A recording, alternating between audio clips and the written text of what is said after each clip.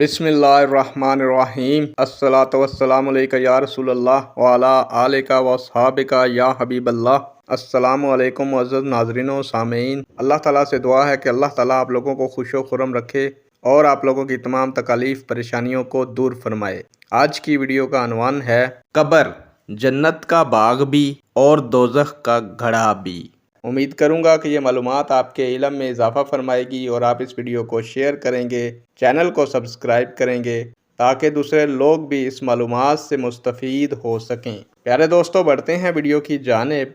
प्यारे दोस्तों, हुज़ूर अलैहिस्सलातु वस्सलाम ने फरमाया कि कब्र जन्नत के बागों में से एक बाग है या दोज़ख के घड़ों में से एक घड़ा है। हुज़ूर सल्लल्लाहु अलैहि वसल्लम का कब्र को जन्नत का बाग या जहन्नम का घड़ा फरमाना इस हकीकत पर दलालत करता है कि कब्र में गुनाहों के सबब आदमी को अज़ाब दिया जाता है और नेकियों के सबब आदमी पर इनामों कराम होता है। ये कैफियत हयात का तकाजा करती है। एक दुआओं के साथ आपसे इजाज़त चाहूँगा। अल्लाह ताला आपका और मेरा हामी और नासिर हो। अल्लाह हाफिज़।